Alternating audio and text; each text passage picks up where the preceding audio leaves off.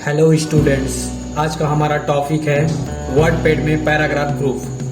तो चलिए सीखते हैं वर्डपैड में पैराग्राफ ग्रुप। तो सबसे पहले हम डिक्रीज इंडेंट का इस्तेमाल करते हैं। इसे जानने के लिए अपने को पहले पैराग्राफ लाना पड़ेगा।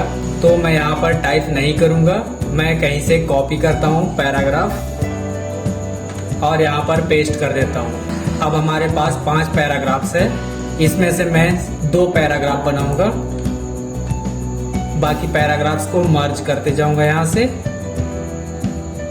इस तरह से। अब हमारे पास 2 पैराग्राफ्स हो गया। अब इस पैराग्राफ्स में मैं फर्स्ट वाले पैराग्राफ्स को डिक्रीज इंडेंस और इंक्रीज इंडेंट करके दिखाऊंगा।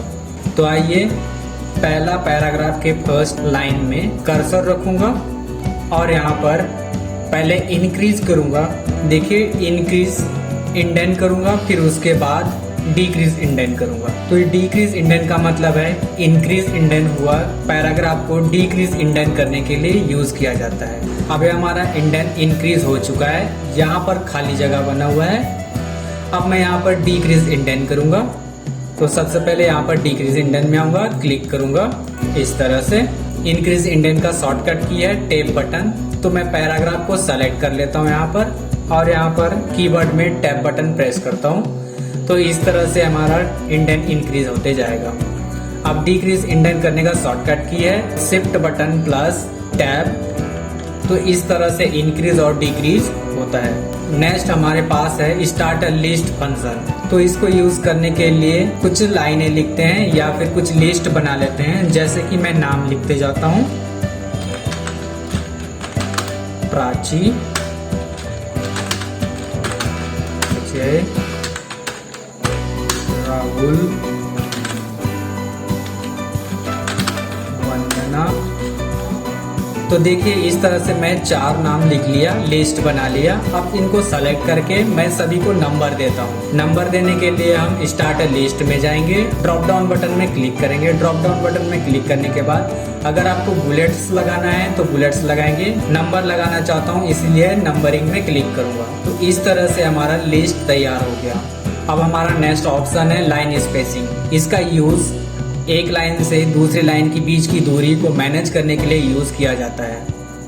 तो चलिए हम इसको करके देखते हैं। तो सबसे पहले मैं पूरे पैराग्राफ को सेलेक्ट कर लेता हूँ और अभी इसमें एक लाइन से दूसरी लाइन के बीच की दूरी को डिस्टेंस करके देखता हूँ। तो यहाँ पर लाइन स्पेसिंग में आऊँगा और ड्रॉप डाउन में क्लिक करके मैं 2 पर क्लिक करूँगा। तो इसी तरह से हम एक लाइन से दूसरी लाइन के बीच की दूरी को कम करना चाहते हैं तो लाइन स्पेसिंग में जाएंगे, ड्रॉप डाउन में क्लिक करके 1.0 पर क्लिक करेंगे। तो इस तरह से हमारा लाइन स्पेसिंग कम हो गया। तो अब यहाँ पर आते हैं लाइन स्पेसिंग में। लाइन स्पेसिंग में आने के बाद यहाँ पर add 10 pt space after paragraphs. तो इसका मतलब क्या है अभी जानते हैं। देखिए, यहाँ पर 2 पैराग्राफ्स है, 2 पैराग्राफ्स के बीच की दूरी को यहाँ पर मैनेज करने के लिए इसका इस्तेमाल किया जाता है। तो एक पैराग्राफ ये हो गया और दूसरा पैराग्राफ ये हो गया। तो इसमें दूरी को मैनेज करने के लिए यूज किया जाता है। तो सबसे पहले इसको देखते हैं इसका मैनेज क्यों किया जाता है। देखिए, मैं यहाँ पर इस लाइन को हटा देता हूँ यहाँ। अब यहाँ पर दोनों को सेलेक्ट करूंगा। सेलेक्ट करने के बाद लाइन स्पेसिंग में जाऊंगा और एक पैराग्राफ से दूसरे पैराग्राफ के बीच की दूरी को मैनेज करने के लिए लाइन स्पेसिंग में जाऊंगा। ड्रॉप डाउन में क्लिक करके add 10 pt space after paragraph में क्लिक करूंगा। तो इस तरह से ये दूरी में डिफेक्ट आया।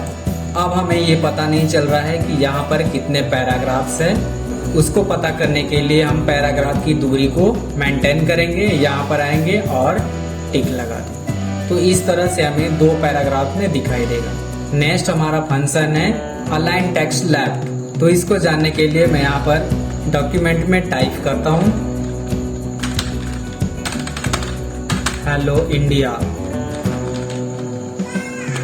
तो मेरा टाइप करते हुए आपने देखा मेरा जो कर्सर है लेफ्ट से राइट की ओर चला गया है। लेफ्ट से राइट की ओर लिखना चाहते हैं तो अलाइन टेक्स्ट लेफ्ट का इस्तेमाल कर सकते हैं। इसका शॉर्टकट की है Ctrl+L। अब नेक्स्ट हमारा फंक्शन है अलाइन सेंटर। इस फंक्शन का यूज डॉक्यूमेंट के बीचों बीच लिखने के लिए यूज किया जाता है। तो चलिए हम इसको इस्तेमाल करते हैं। इसका शॉर्टकट की है Ctrl+E तो मैं शॉर्टकट की प्रेस करता हूँ Ctrl+E और ये जो टेक्स्ट लिखा था ये अलाइन सेंटर हो गया। तो मैं यहाँ पर इंटर करके कुछ भी लिखूंगा, हेलो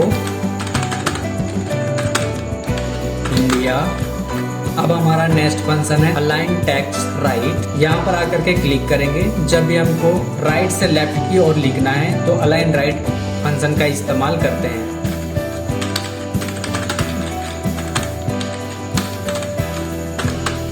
हेलो इंडिया इस तरह से, या फिर लिखे हुए पैराग्राफ्स को अलाइन राइट करने के लिए यूज किया जाता है। सबसे पहले सभी पैराग्राफ्स को सेलेक्ट करेंगे और यहाँ पर Ctrl+R प्रेस करेंगे। ये हो जाएगा अलाइन टेक्स्ट राइट। और इसी तरह से लिखे हुए टेक्स्ट को अलाइन सेंटर करने के लिए सबसे पहले सेलेक्ट करते हैं और Ctrl+E प्रेस करते हैं, तो इस तरह से ये अलाइन सेंटर हो जाएगा।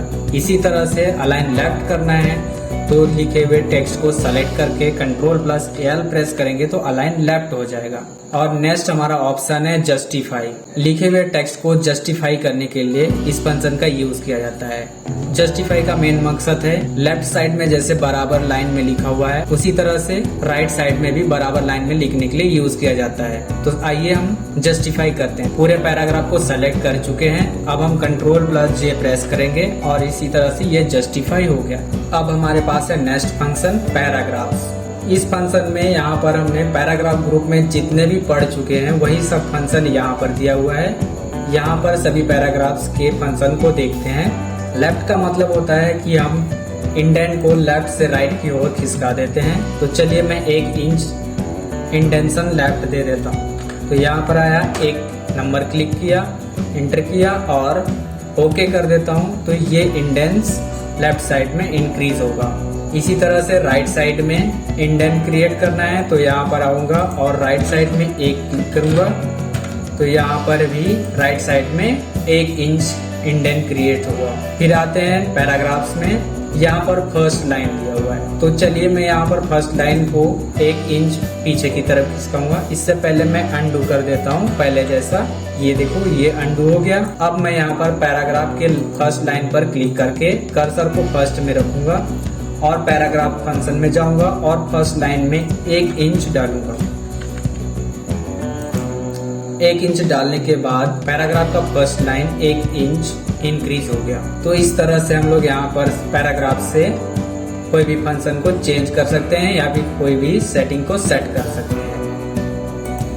तो इसी तरह से इंडेंट क्रिएशन हम स्केल के माध्यम से भी कर सकते हैं। ये देखिए हमारा यहाँ पर एक लाइन बना हुआ है, इसको आगे पीछे करके कर सकते हैं। तो नीचे पे हम लोग यहाँ पर पूरे को मूव करेंगे तो ये पूरा पैराग्राफ मूव होगा। अगर पूरे पैराग्राफ में एक लाइन को पीछे करना है तो यहाँ पर ऊपर के हिस्सा को पकड़ करके कर सकते हैं। इसी तरह से अलाइन राइट में जाएंगे और राइट में जाने के बाद इंडेंट क्रिएट करना है तो इस स्केल से यहाँ पर इस तरह से इंडेंट क्रिएट कर सकते हैं।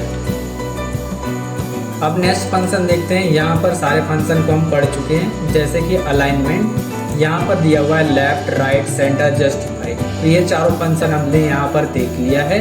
इसी तरह से लाइन स्पेसिंग भी हमने देख लिया है। तो पैराग्राफ ग्रुप खत्म हो गया। तो स्टूडेंट्स आपने देखा कितना आसान है पैराग्राफ ग्रुप यूज करना।